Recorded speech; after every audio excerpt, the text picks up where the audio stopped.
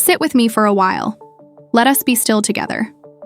You've been carrying a weight no one else sees. I know. That silent storm inside you, that invisible ache. It's the story of someone who gave so much love, and in return, got uncertainty, mixed signals, and disappearing acts. Yes, you got DM losing it, but not in the way you think. The divine masculine energy in your life, perhaps a person, or perhaps an energy you've been dancing with, has been tested. Because for the first time, you didn't allow them to walk in and out of your life like a revolving door of comfort. You chose your peace. You said, no more. And that, my dear, that is divine strength. You see, the cycle of running and chasing is not just about love. It's about self-worth. It's about your boundaries. It's about recognizing when someone is not meeting your soul with equal presence. There was a time when they came and went, and each time you allowed it because you thought that was love. But love does not leave bruises in the shape of confusion. Love does not disappear the moment it's asked to grow up. When you finally stopped enabling the cycle, when you pulled back and chose silence over begging, you created sacred space. And the DM, the one who thought your love was endless and unconditional even in chaos, they lost it. Because the energy you once gave so freely, the warm glow of your forgiveness, your patience, your prayers, was no longer there to cushion their emotional immaturity. And this loss, this shift, sparked resentment. Not because you did wrong, but because you broke the pattern. The DM resents not you, but the mirror you became. A mirror that reflected every place they refused to heal, every third-party distraction they entertained instead of facing themselves. Ah yes, the third party. Let's speak about that, shall we? Many think a third party is always another romantic interest, but often, it's the addiction, the ego, the fear, the trauma, the unresolved mother wound or father absence. It's the career that validates their worth but silences their soul. It's the pride that keeps them from saying, I need you, but I don't know how to love you yet. You see, the third party isn't always a person. It's anything that gets between a soul and its truth. And when you stopped playing your role in their emotional theater, you shattered the illusion they were comfortable in. They were not ready for that. But you were. Because pain, my dear, pain, is the prophet that leads us back to our inner temple. Let me tell you a story. Long ago, I had a dear student, a woman whose eyes always carried sorrow, even when her mouth smiled. She told me of a man who came into her life like a storm. He was passionate, intense, divine in energy, but confused, withdrawn, and often absent. He told her stories of soul connection and divine timing, but never showed up with full presence. She waited, and waited, and with every delay, a piece of her light dimmed. One day, she came to me, tears flowing like the Ganges. She said, Master, why do I feel like I'm dying every time he leaves and resurrected every time he comes back? I said, because you are outsourcing your divinity to someone who hasn't found their own. That day, she made a vow, not to abandon love, but to stop abandoning herself, and that was the day she became free. My dear, you are here because your soul is tired of fragments, tired of emotional recycling, tired of giving CPR to relationships that should have been buried long ago. You want wholeness, and that begins with this truth.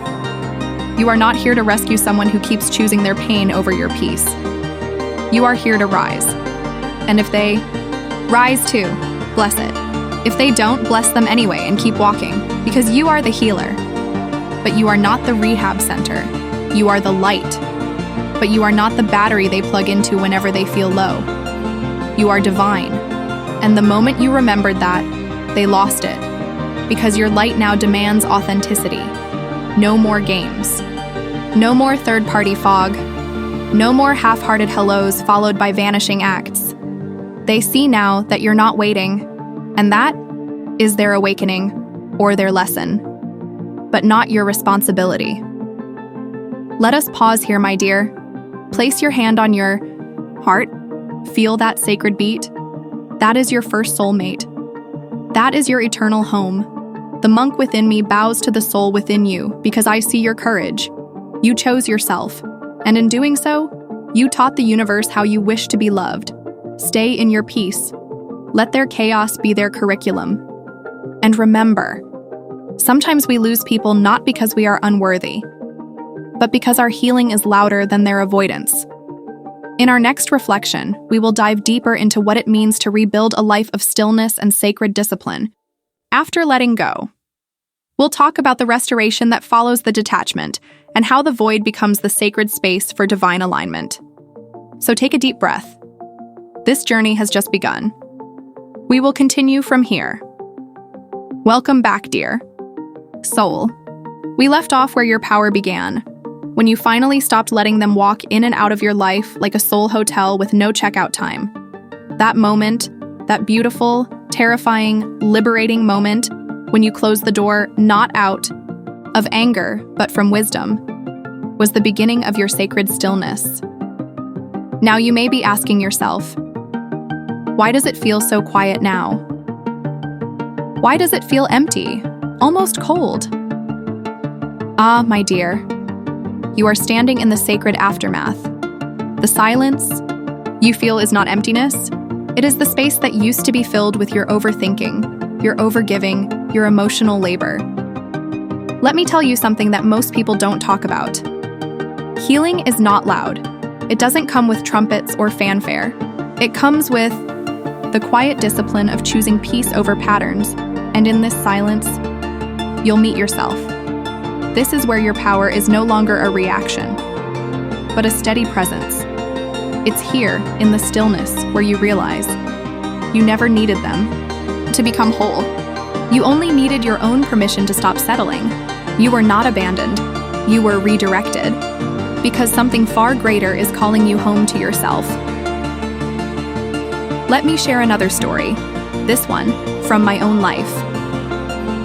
Many years ago, in the early days of my path as a monk, I too experienced what I thought was divine love. There was someone who entered my life like lightning.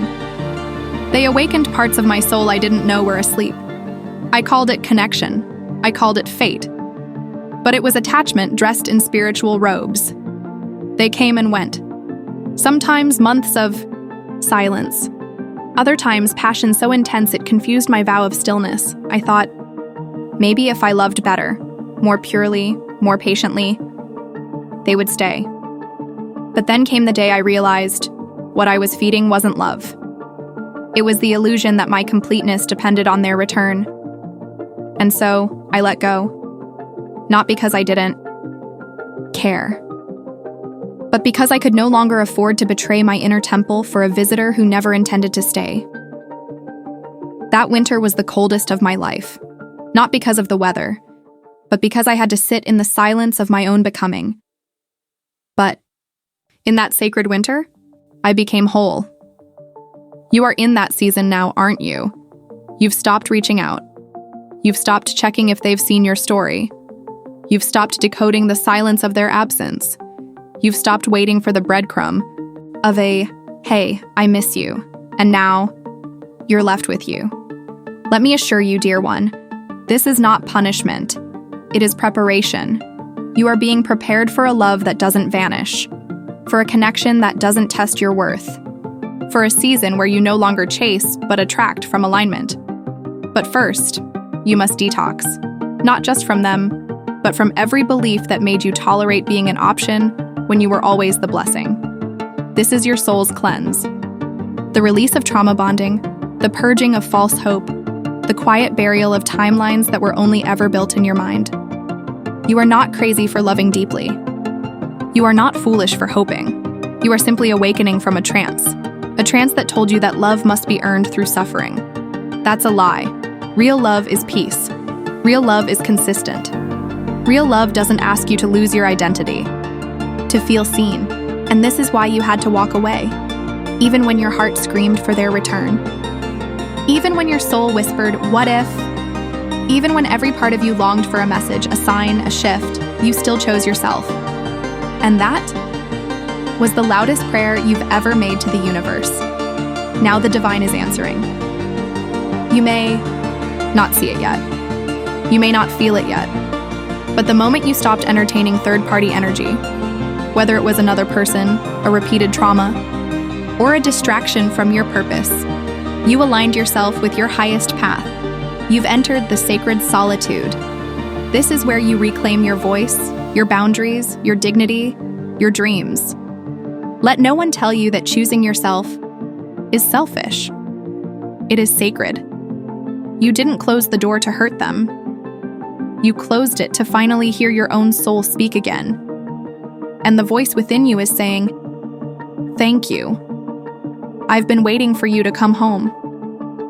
My dear, you are not meant to live on the edge of someone else's indecision. You are not here to serve as the emotional playground for someone still dating their wounds. You are here to live, to breathe deeply, to laugh without second guessing, to walk with joy that doesn't depend on someone else's return. And one day, soon, the person meant for you will arrive. Not as a test, but as a reflection of how deeply you've loved yourself. But until then, enjoy this sacred stillness. It is not loneliness, it is preparation. Let the world call it isolation, but you and I, we know it is initiation. You are being crowned in your quiet. In our next conversation, we will explore how to rebuild your emotional temple from the ground up, how to create a life so full, so rooted in meaning and presence, that no one's absence can shake your joy. We will talk about the beauty of re-choosing yourself every day, and how to become the kind of soul who doesn't chase, but simply radiates. We continue from here. Welcome again, my dear one. In the sacred stillness you've now entered, something extraordinary begins to happen. You start to hear yourself. Not the voices of the past, not the echo of their silence, not the confusion that danced between maybe and someday, but you, your true self, the one that was buried beneath all the reaching, all the hoping, all the emotional negotiations for love that should have been freely given. This is the season where you build your emotional temple, stone by stone, choice by choice, boundary by boundary. And though you may be building alone, you are not lonely. Because now, every brick you lay is a decision to honor your soul. To create a space where peace is not conditional.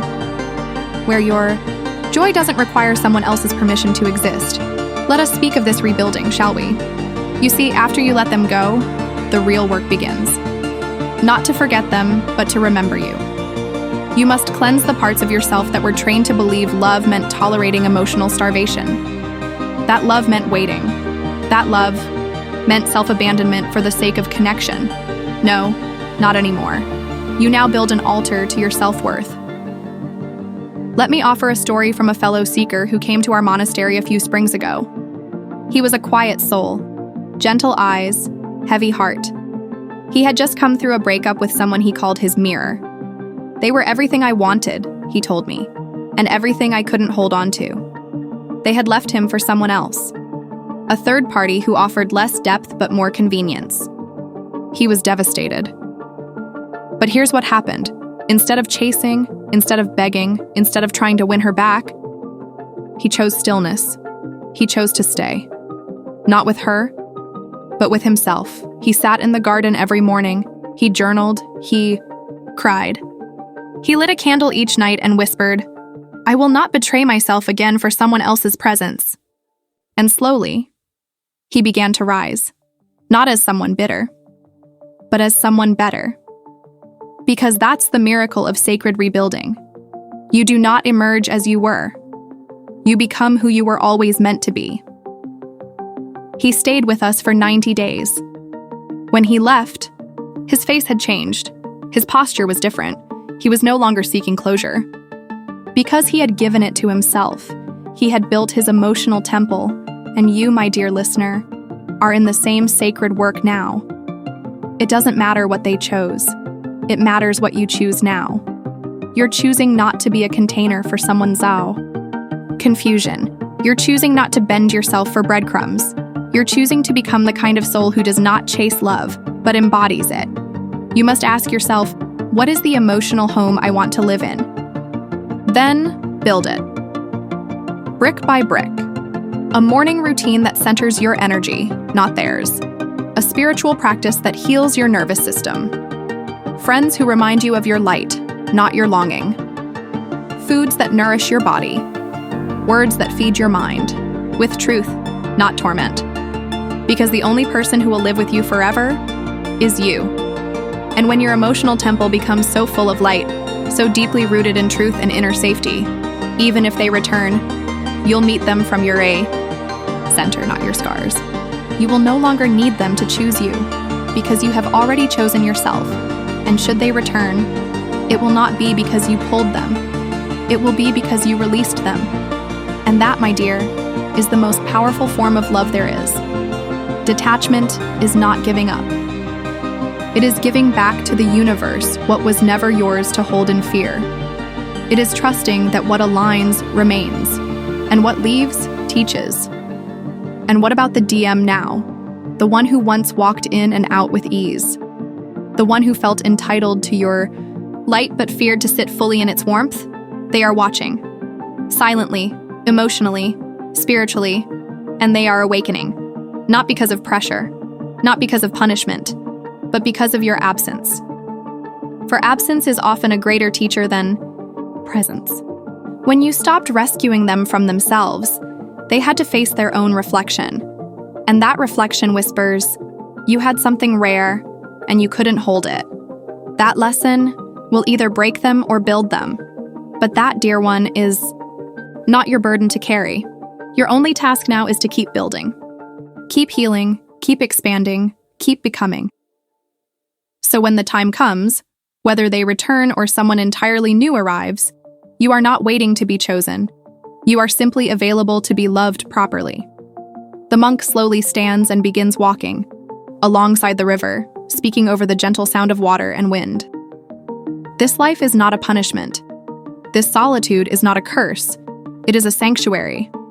A holy ground where the old version of you dissolves and the new one emerges, stronger, clearer, softer, wiser. And from this temple, you will rise, not bitter, not broken, but blessed. And in our next reflection, we will talk about what happens after the healing, how to trust again, how to let love in without shrinking, and how to discern divine love from familiar patterns in disguise. Because healing isn't just about walking away. It's about learning to stay open without losing yourself again. Let us continue from here. You've come far, haven't you? You walked away from confusion. You sat in your silence. You began rebuilding your emotional temple. And now, you stand at the edge of a new chapter. It's natural to ask, what now? How do I love again without losing myself? How do I stay open when I was once so deeply wounded? How do I recognize real love from recycled pain in disguise? These are sacred questions, and they deserve answers not from the mind, but from the soul. Let me begin by telling you this. You were never wrong for loving. You were never foolish for opening your heart, even if they mishandled it, even if they left. You gave something beautiful. And though they didn't honor it, that doesn't mean you shouldn't, but now. Your love must come with something it didn't before. A boundary, not a wall. A boundary. You see, love without boundaries is like water with no container. It spills everywhere. It soaks into places it was never meant to go. And it eventually evaporates, leaving nothing behind. But love with boundaries? That's sacred. That's intentional. That's divine. When you love again, and you will not pour from emptiness. You will not hand your soul to someone hoping they'll give it shape. You will not confuse intensity with intimacy. Because now, you know the difference. You know that being chosen means nothing if it costs you your peace. You know that someone saying I miss you means very little if they return only to feed their loneliness, not to nourish your connection. You know now that closure doesn't always come from them. It comes from honoring the truth you already knew, that love without effort is just a longing dressed in hope. So how do you love again, my dear? You start by loving yourself the way you wanted them to love you. You commit to your emotional hygiene. You stay present with your triggers. You remind yourself daily, I am not here to perform for love. I am here to receive it, fully and freely. Let me tell you the story of a woman I once guided. She had endured years of emotional back and forth with her divine masculine. He'd show up, disappear, return, always with promises but never with change. She stayed in the loop because she believed their connection was fated. And maybe it was. But fate is not always forever. Sometimes it's just a doorway to our awakening. One day she looked at me and said, I'm so tired of guessing where I stand in someone's life. And I told her, then stop standing there. Walk into your own life. Build a place where no one needs to guess your worth again, including you. She cried. She left him. And she didn't fill that space immediately. She waited. She healed. She studied her patterns. She started asking herself questions that changed everything. Why did I ignore my intuition when it screamed? Why did I make excuses? For their neglect? Why was I afraid to be alone? These questions weren't punishments. They were portals. And when the next love came, she wasn't desperate to be validated. She wasn't performing. She wasn't shrinking. She was ready. Because this time, she brought her full self to the table. And that is what I want for you. Want you to know what it feels like to be met fully. To be loved not in potential, but in presence. To be someone's piece, not their project, but first. You must promise yourself that you will never again abandon your inner knowing for the sake of keeping someone. Let this be your new vow. I will never again betray my truth for temporary attention. I will not shrink to fit someone else's comfort zone. I will not confuse being needed with being loved. Because the divine masculine who is meant for you, whether it is someone returning transformed or someone entirely new, will not just see your light. They will protect it. They will water your growth. They will speak clarity, not confusion. They will move with intention, not indecision. And you will be ready to receive that love because you're no longer trying to convince someone of your worth. You already know it. You're not auditioning. You're aligned. So, my dear, do not close your heart. Only close the doors that lead to nowhere. Keep your heart soft, but your standards sacred. Let love in, but let it be love that stays. Love that chooses you every day. Love that you don't have to beg to believe in. You've built your temple. You've found your stillness. You've released the chaos. Now, you begin again. Not as the broken version of you. Not as the version waiting for someone to finally realize your value, but as the you that is whole, peaceful, wise, and above all, free. In our next and final page, we will speak of divine timing. We will talk about closure without contact, about the sacred reunion that happens within before it ever happens without, and how to bless the journey, even when it broke you. This is the part where you stop looking back and begin to walk fully forward. Let us continue from here. You've come this far, dear one, and I bow deeply to your spirit. You've faced the shadows, you've sat in the silence, you've let go of the chaos you once called love, and now you stand at the edge of closure. But let us be clear. Closure is not always a conversation. It's not always a sorry, not always a return, not even a full circle moment with clarity tied in a perfect bow.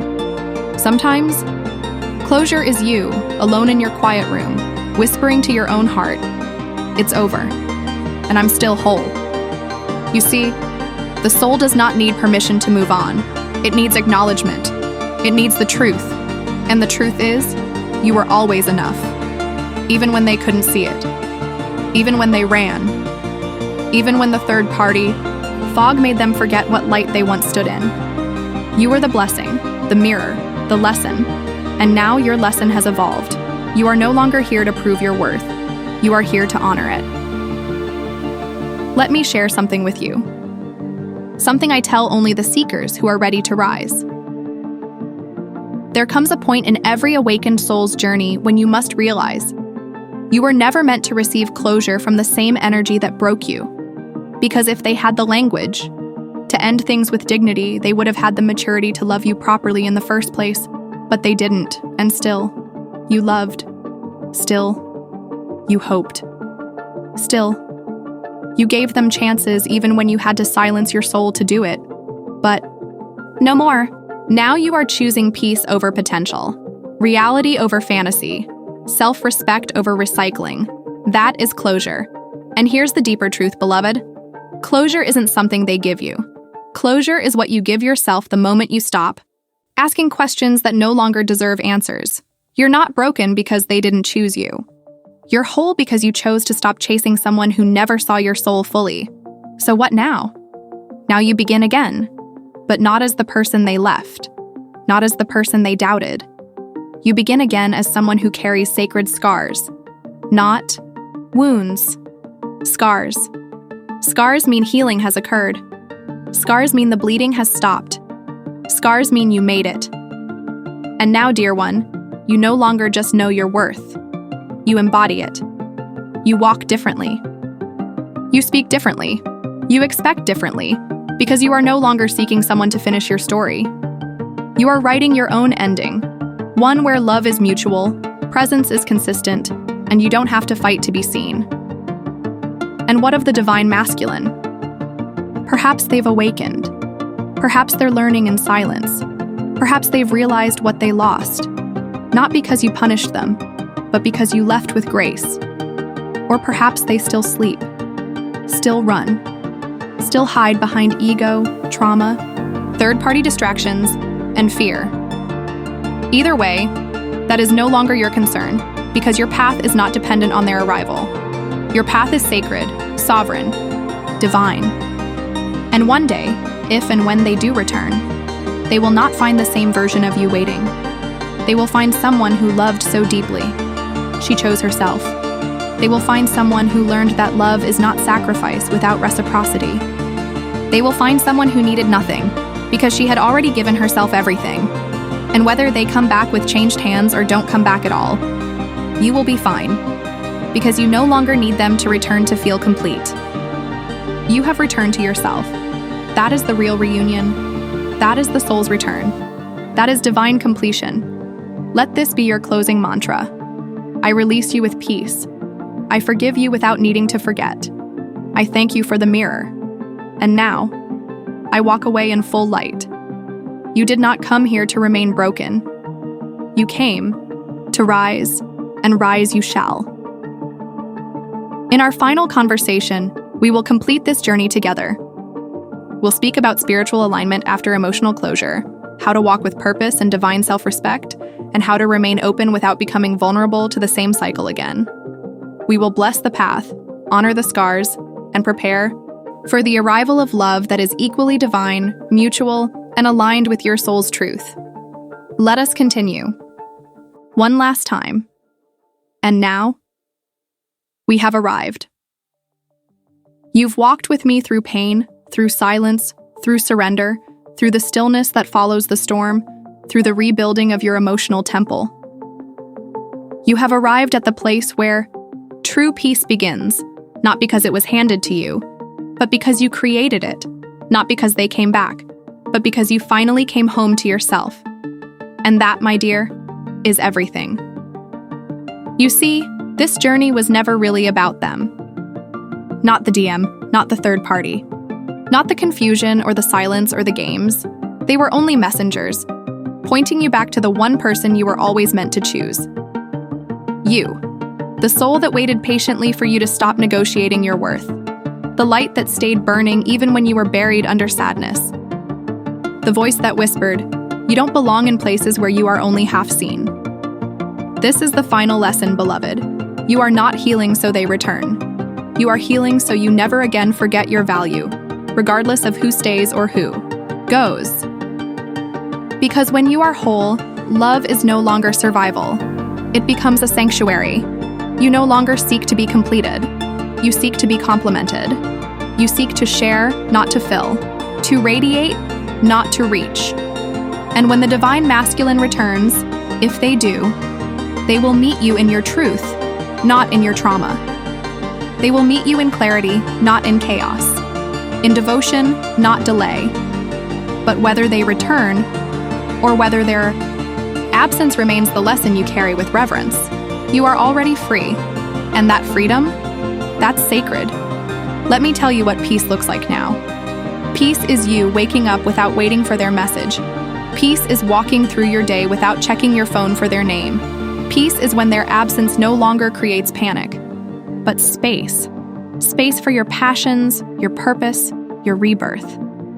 Peace is knowing you can love again. But now you will only love right. That is the reward of your healing. And now we close with this.